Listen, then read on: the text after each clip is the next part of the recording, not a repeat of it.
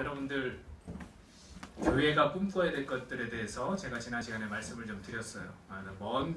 먼 데를 좀 바라볼 수 있는, 그래서 돌아오는 자를 우리가 기대하고 꿈꾸는 거, 이게 필요하다고 그랬어요. 그래서 우리가 좀 믿음을 갖고 우리의 가족들, 또 우리 주변의 이웃들, 우리가 좀 하나님 앞으로 돌아오기를 간절히 기대하고 바라는 그런 꿈을 꾸는 교회는 그래야 된다고 했습니다. 또 하나는 교회 내에도 분명히 돌아올 자가 있다고 그랬어요. 신앙생활을 아무리 오래 했어도 아버지를 정식으로 아빠라고 부르지 못하는, 아버지와 친밀함이 없는, 그래서 하나님이 갖고 있는 그 물질적이고 내가 이 땅에서 누려야 될 것들만 관심을 갖는 그 큰아들처럼, 돌아온 당자에서 큰아들처럼 그렇게 하나님과의 그 관계를 중요시 여기지 않는 그런 사람들도 돌아와야 되는 사람들이라고 말씀을 드렸습니다. 그래서 그런 사람들이 또 돌아오는 것도 교회는 꿈꿔야 돼요.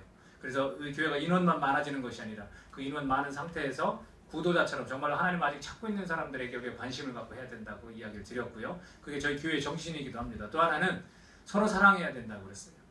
서로 사랑하는 모습을 보고 그들이 왔을 때 감동을 하는 거예요. 감동을. 그래서 우리가 서로 사랑하는 거, 정말 뜨겁게 마음을 다해 서로 사랑하는 것도 저희 교회의 정신이면서 동시에 우리 교회가 꿈꿔야 되는 것입니다.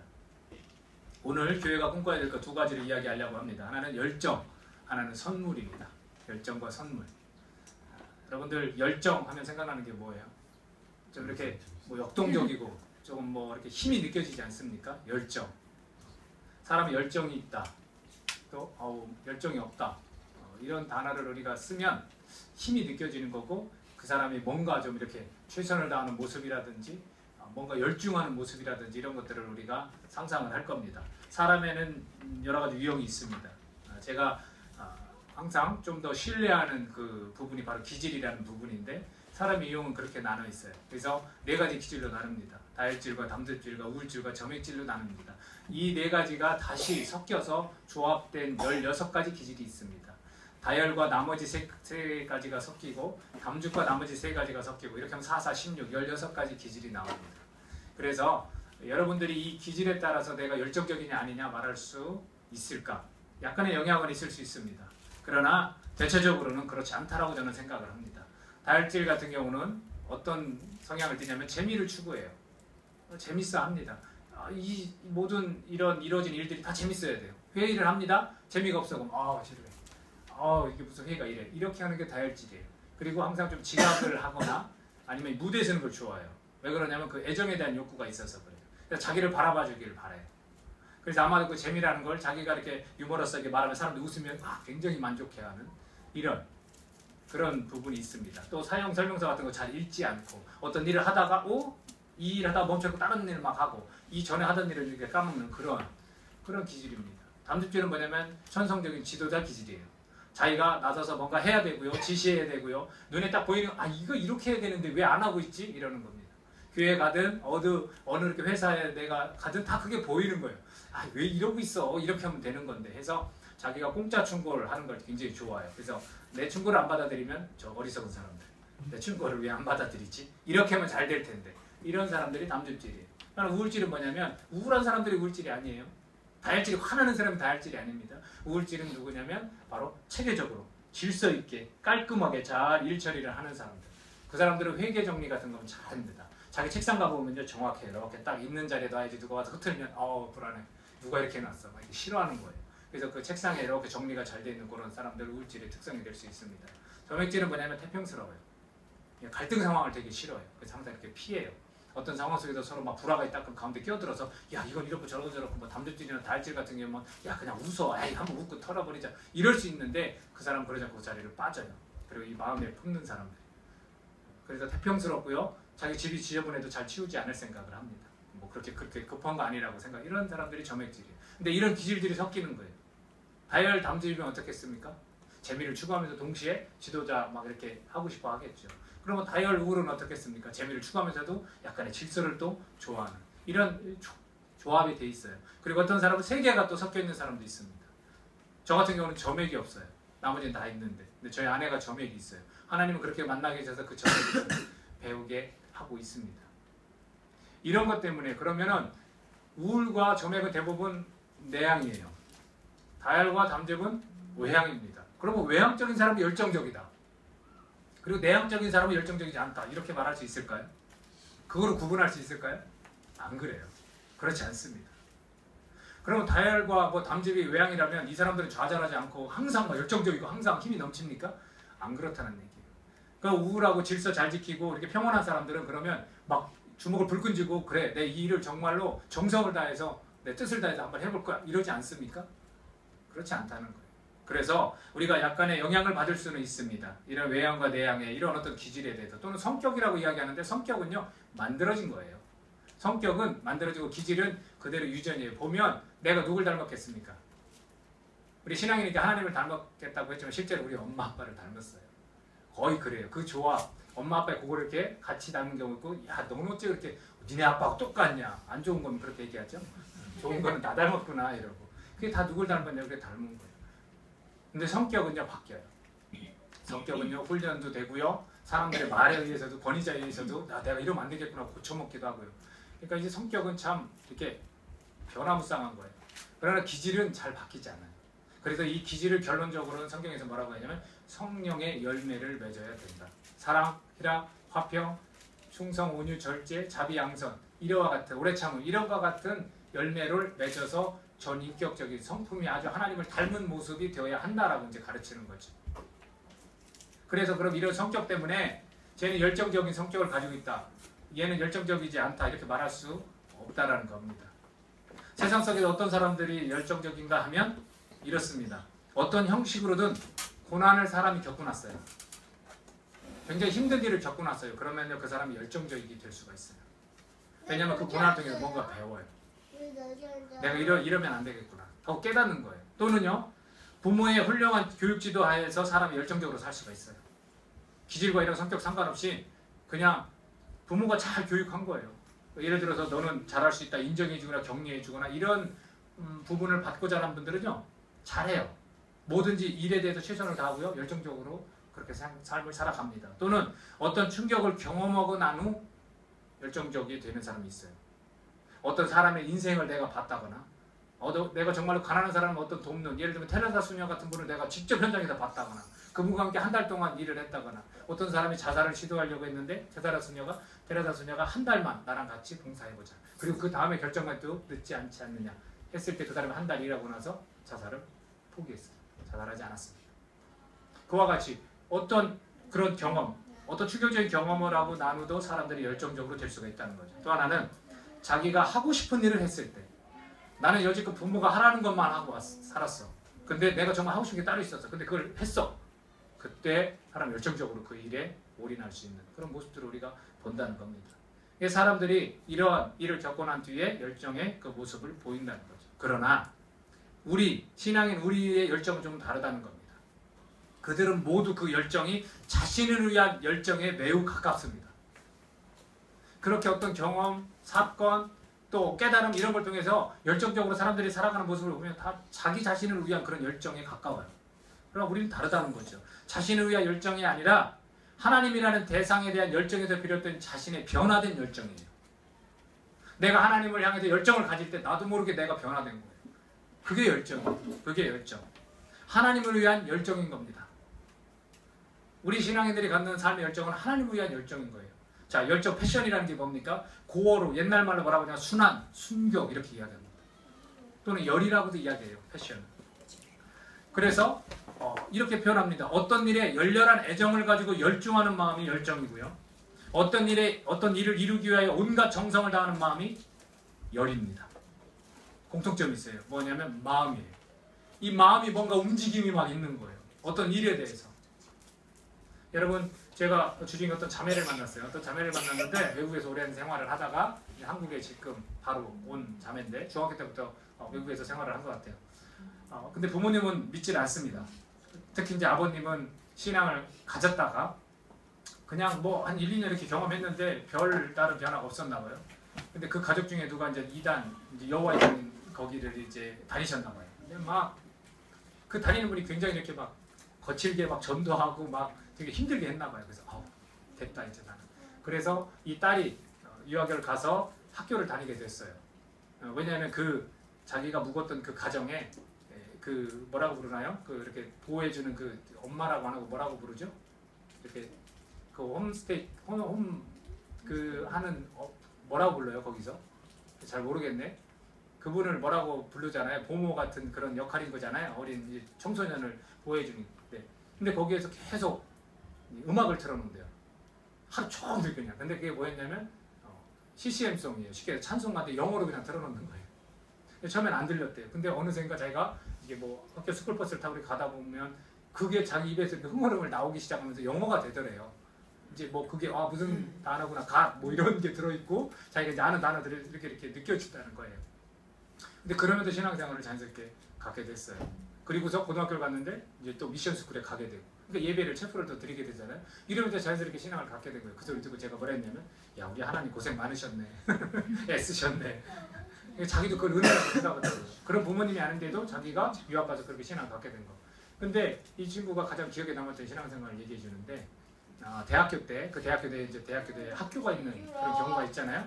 한인교회인데 거기에서 어떤 프로그램을 했냐면 패션 나잇 열정적인 밤이라는 이렇게 타이틀을 걸고 밤에 그 교인의 청년들이 다 모인대요. 막 모여서 찬양팀이 쭉 서서 막 찬양을 계속 한대요. 찬양을 같이 하면서 하나님을 계속 높이는 거예요. 그러면 여기 있는 사람들 찬양도 하고 또는 기도도 하고 어떤 무릎 꿇고 막 울면서 막 통성기도 하고 막 이런 것들이 있었대요. 근데 그때가 가장 자기가 신앙적으로 기쁘고 회복되고 좋았다고 그러더라고요. 이거 멋지지 않습니까? 어느 한 요일을 정해서 교인들이 다 나와서 그죠? 찬양팀과 함께 계속해서 1시간에 2시간 계속 찬양을 하는 거예요. 패션 나이트라는 이름으로 그렇게 했다는 거예요. 밤새 열정적으로 하나님을 높이는 거죠. 그 속에 회복이 있고 자기도 열정적으로 그렇게 변하는 거죠. 이런 것들을 교회가 꿈꿔야 되는 거 아닙니까? 우리 사실 지금 좀 눈치는 봐요. 왜냐하면 이웃들 우리 이웃들이 있어서 좀 그렇긴 하지만 우리도 언젠가는 마음껏 우리가 정말로 스피커도 우리 볼륨도 우리 마음대로 높여서 막 찬양하고 이럴 때가 있으면 그런 모습 우리가 갖는 것 저는 좋다고 생각해요. 교회가 그런 것들을 좀 꿈꾸면 어떻겠습니까? 이런 것들이 열정이에요. 열정. 여러분들 신앙생활을 어떻게 하고 있습니까? 열정적으로 정말 하고 있습니까? 목사라는 사명을 저도 감당하다 보면요 제가 축 처지고 힘이 빠질 때도 있습니다. 저희 아내가 이런 얘기를 하더라고요. 작년에 10주년이었나요? 만 10주년이었나요? 작년에? 그래서 그 10주년 계획을 오래전부터 세웠는데 당연히 못했습니다. 그래서 어디라도 좀 가자 했는데 못 갔어요. 왜 못 간지 아십니까? 세월호 때문에. 세월호가 4월 16일 날인가 터졌고 저희는 24일이었어요. 불과 얼마 안 되고 얼마나 인양 작업이나 여러 가지로 얼마나 힘들었습니까? 저희들도 참 거기에 동참하는 마음으로 못 가겠더라고요. 어디를. 그래서 올해는 그럼 11주년이니까 한번 가보자. 이제 계획을 또 나름대로 세웠죠. 물론 계획입니다. 근데 올해는 또 아버님이 대장암 수술 때문에 또 딱 걸렸어요.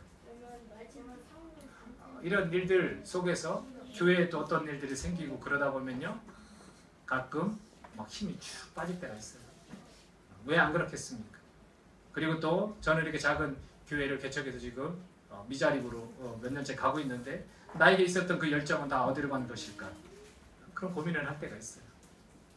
정말로 복음만 들고 열심히 전하고 정말로 이런 거 다른 거 외부 환경 영향 없이 막 그렇게 사역을 했던 것 같은데 지금은 나의 열정이 식은 건가? 고민할 때가 있죠. 여러분들도 마찬가지일 거예요. 그리스도인으로 살다 보면요 내가 그때 그 열정은 다 어디로 갔을까? 그 자매처럼 그 패션 나이트 그곳에서 막 그렇게 열정적으로 찬양하고 이랬던 데가 그립지 않겠습니까? 또는 무기력한 내 모습 요즘 왜 내 모습이 이렇지? 또는 나 왜 이렇게 마음이 냉랭해진 거예요? 주님의 사랑을 내가 경험했을 때는 그렇게 누구라도 다 수용하고 누구라도 다 사랑할 수 있을 것 같았는데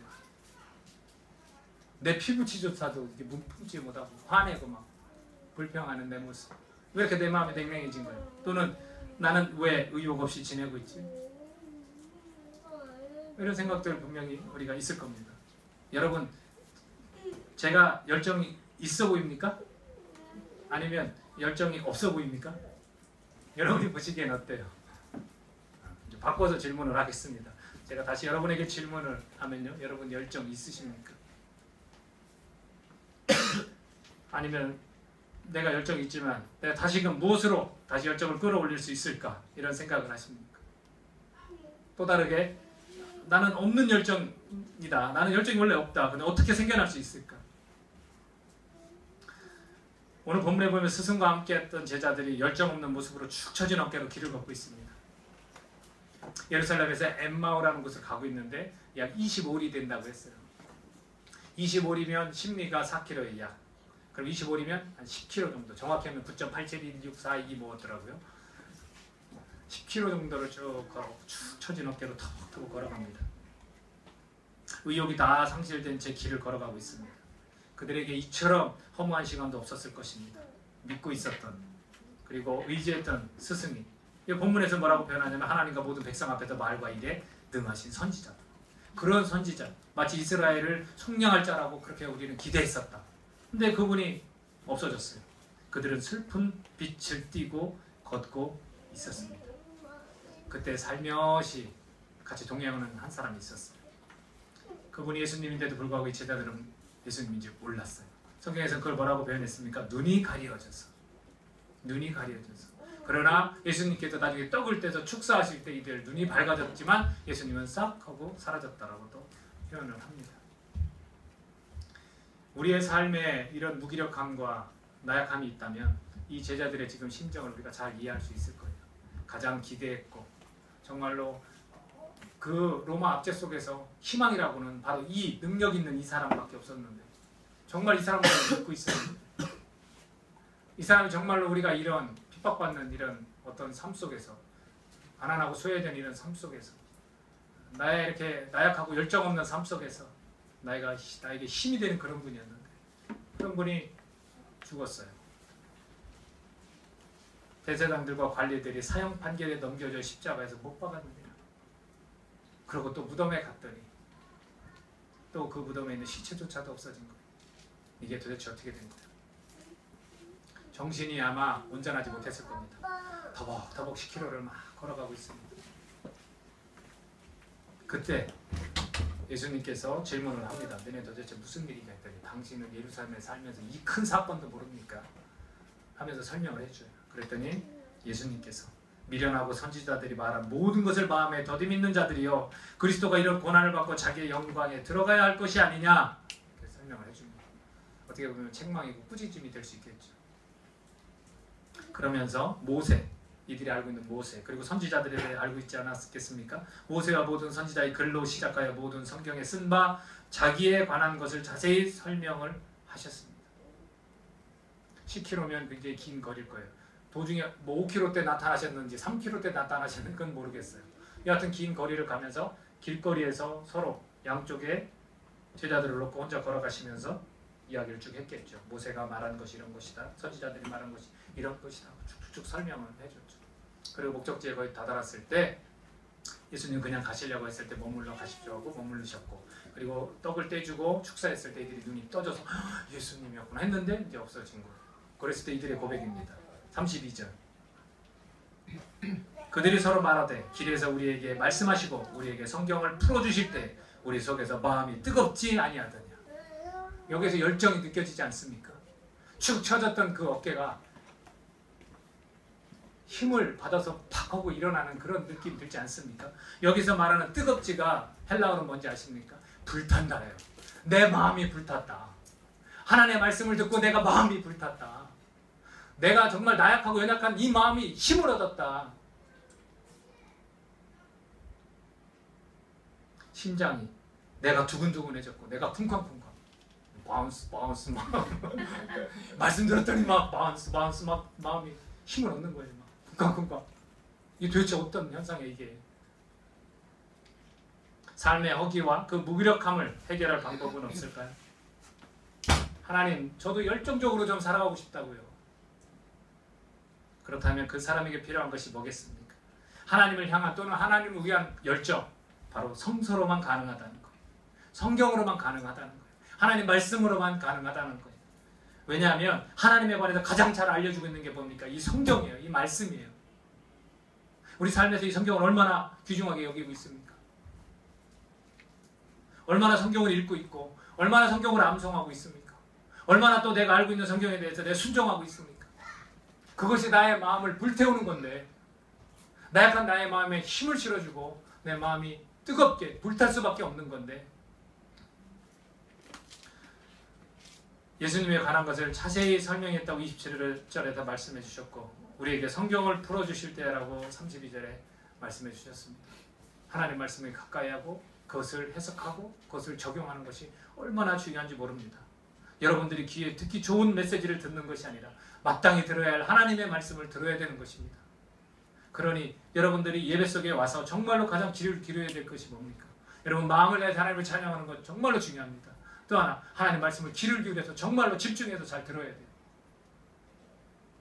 그럴 때 나의 열정과 열의가 생겨나는 것이라고 저는 믿습니다. 마음이 불타는 거예요.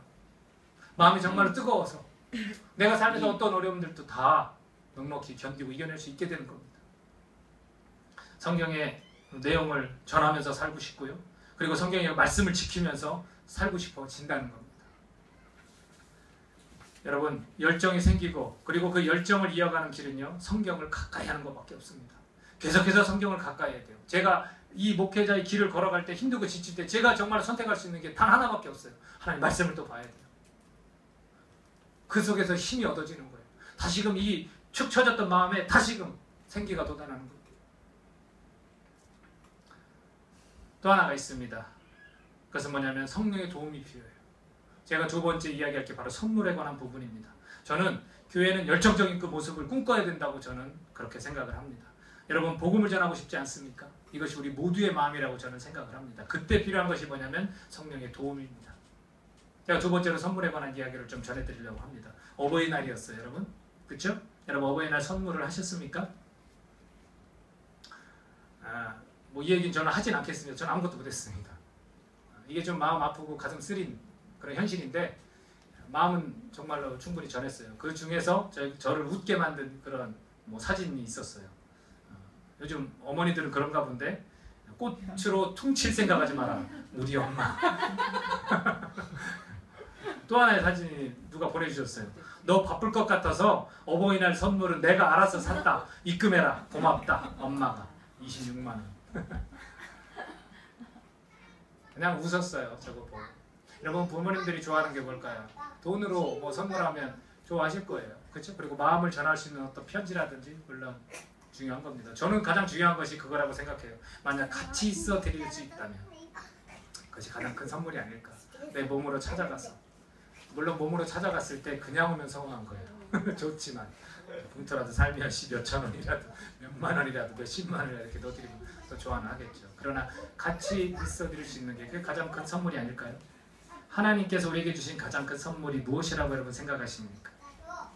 예수 그리스도, 예수님 맞습니다.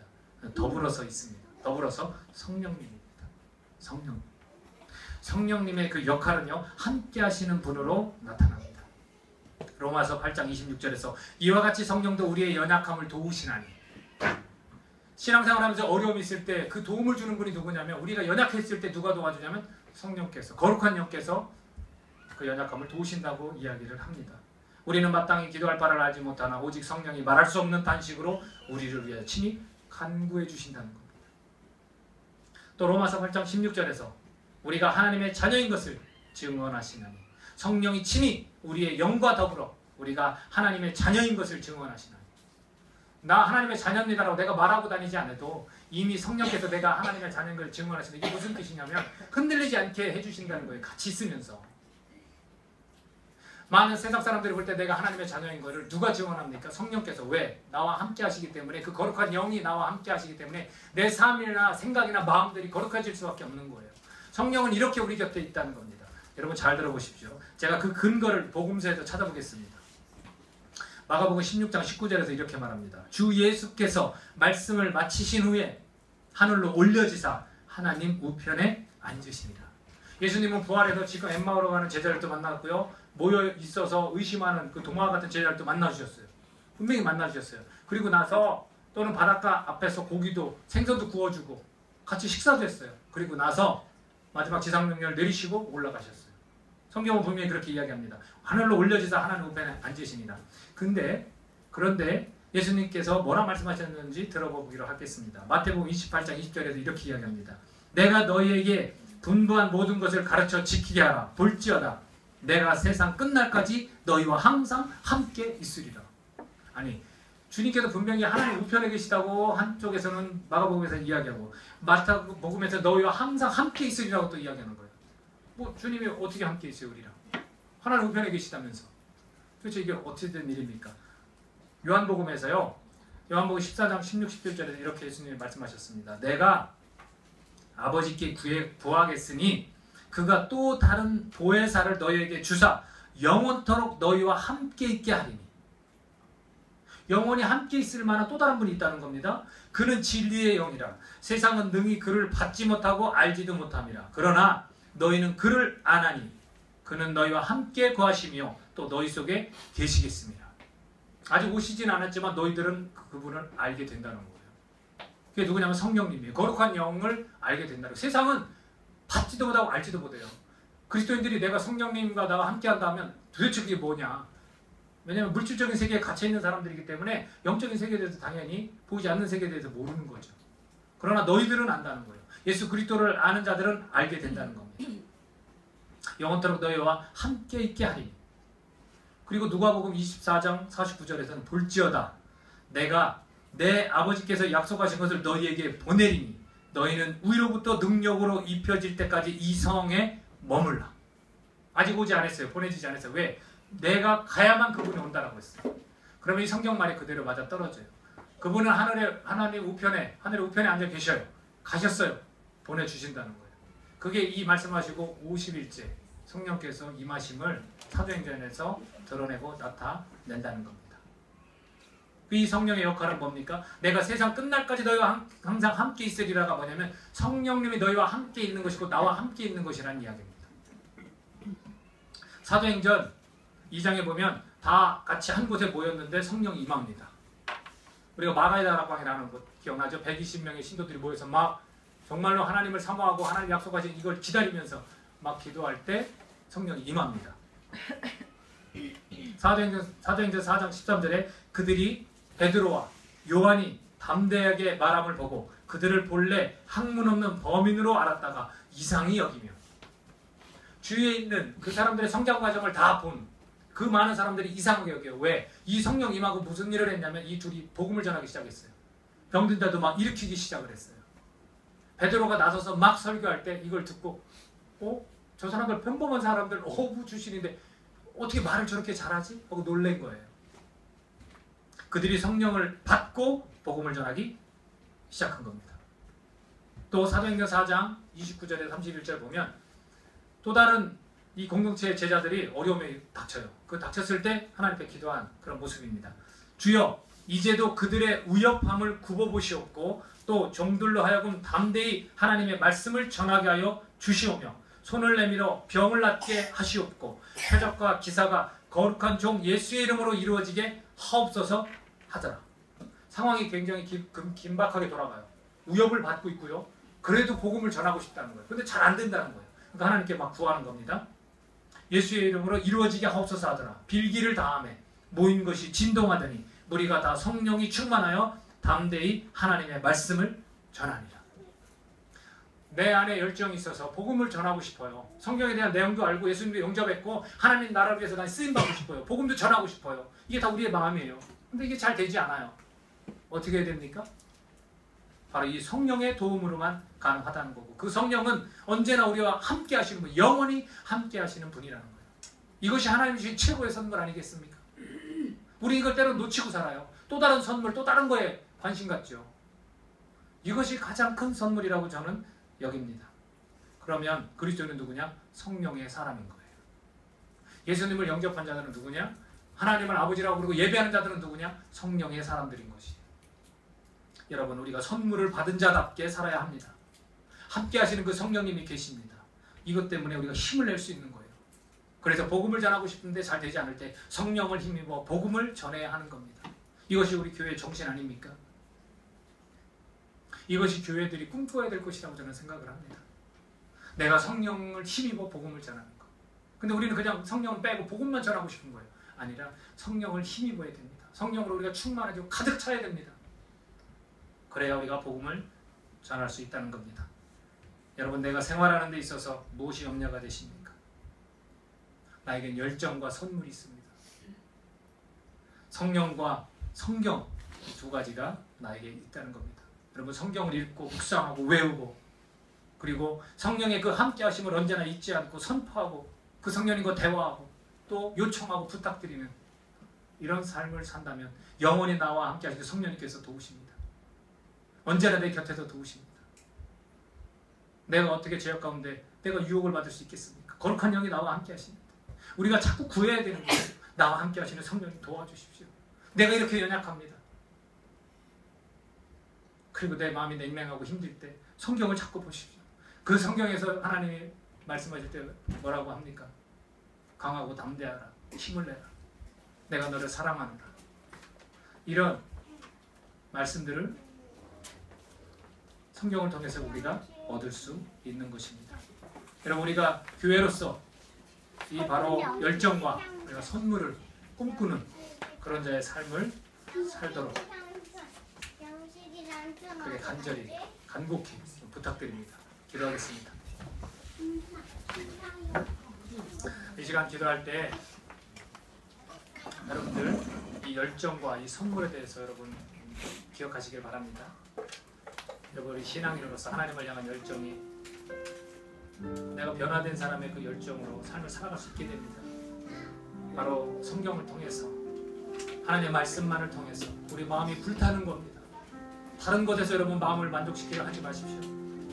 하나님께서 왜 우리에게 말씀을 주셨겠습니까? 우리에게 힘을 주시고 정말 이 땅에서 우리가 넉넉히 승리하면서 살아가도록 하나님은 도우십니다.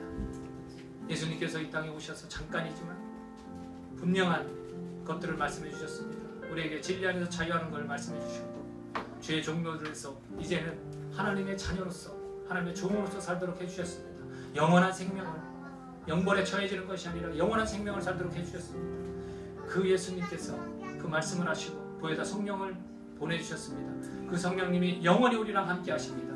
거룩한 영이 함께하는 사람들, 그 사람들이 바로 그리스도인 것입니다. 이 시간 우리 함께 하나님 앞에 기도하는 시간을 갖도록 하겠습니다. 기도합니다.